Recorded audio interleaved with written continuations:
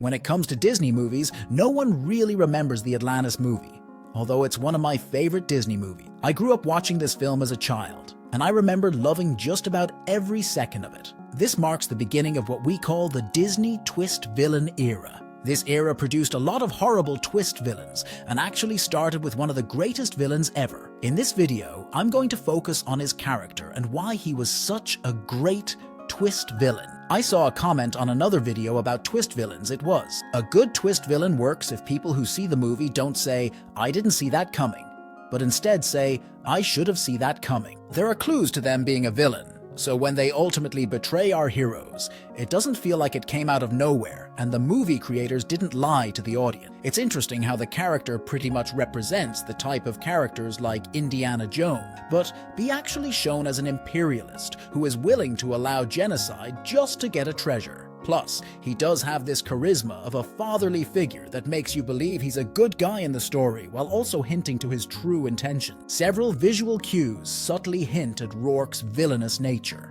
When Whitmore places explorers' photos, Rourke's photo is the only one partially obscured, implying deceit. Additionally, small sheets of paper showing explorers' profiles and biographies accompany their photos. Since viewers do not see the other half of Rourke's face, they do not see his biography at all, further suggesting his deceitful nature. When about to board the sub, Rourke proclaims the trip, "This should be enriching for all of us." Furthermore, as the Ulysses is submerging, Whitmore is seen crossing his fingers behind his back, implying his lack of full trust in Rourke's leadership. Also, during the evacuation, Rourke is the first to enter the escape pods. In real life, the captain is always the last crew member to evacuate a sinking ship, hence the phrase, "go down with the ship." So this is often considered disrespectful to maritime culture. During the journey, Milo noticed that a missing page from the journal details the crystal, and deduced that Rourke was onto something nefarious from the start, something which Rourke confirmed by revealing that he had kept possession of the missing page the entire time.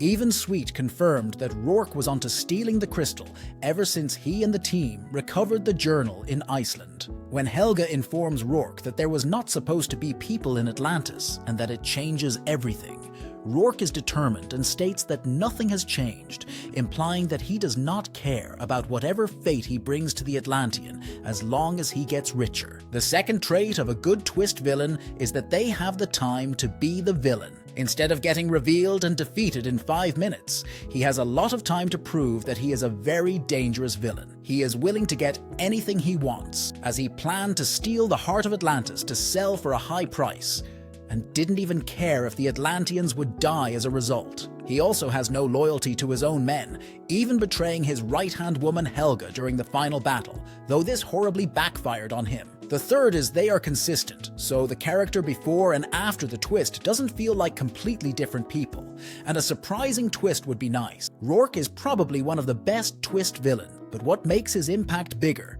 isn't that he was the only villain the whole crew was. The twist with Rourke, in particular, was that everybody on the team except Milo was prepared to steal from Atlantis. But while the others changed their minds once they learned there was an actual living society still down there, Rourke didn't care, and that was still in character. The twist and the villain are both directly tied to the moral of the story. The twist is more defined when the moral theme of the story is tied to the main character's flaws. Woody in Toy Story 2 is scared of being shelved and forgotten, and he meets Stinky Pete, who will do anything to be idolized. Carlin Up is stuck living in the past, so he meets Muntz, who can't let go of the hunt he's been on since the 40s. It's important for the emotional impact of the theme that we see the characters more or less get what they wanted, only to discover that they'd been wanting the wrong thing all this time. Disney Pixar movies are working from a relatively simple template that they dress up for all sorts of themes and plots, but the core emotion at the center is the same. What's genius about Rourke's character is that he isn't really a twist villain. When Milo meets him and the crew, there's a puffed-up vision of science, discovery, and fun adventure. He assumes the best in everyone, and we warm up to the crew as Milo finally starts to befriend them. But even when they become friends, it doesn't change that Milo doesn't really know them. Rourke and the crew already have a history of camaraderie and stealing. They were always going to try and steal the heart of Atlantis. It's not that they are twist villain. They were always villain, but Milo just never caught on. The crew was also very open with Milo about their motivation. When he asked them why they were on the mission, all of them said money. They were never hiding anything from him. Even Rourke treated the whole mission as a professional endeavor first and a thrilling adventure second. He never pretended that he had any motivation besides getting paid. If you haven't watched this movie, some Disney films I feel are given too harsh of treatment from critics, and I feel should be held in higher regard. But if I had to pick the absolute most underrated film to ever come from them, I would have to choose Atlantis, The Lost Empire, as one of my top picks. This truly is a lost classic.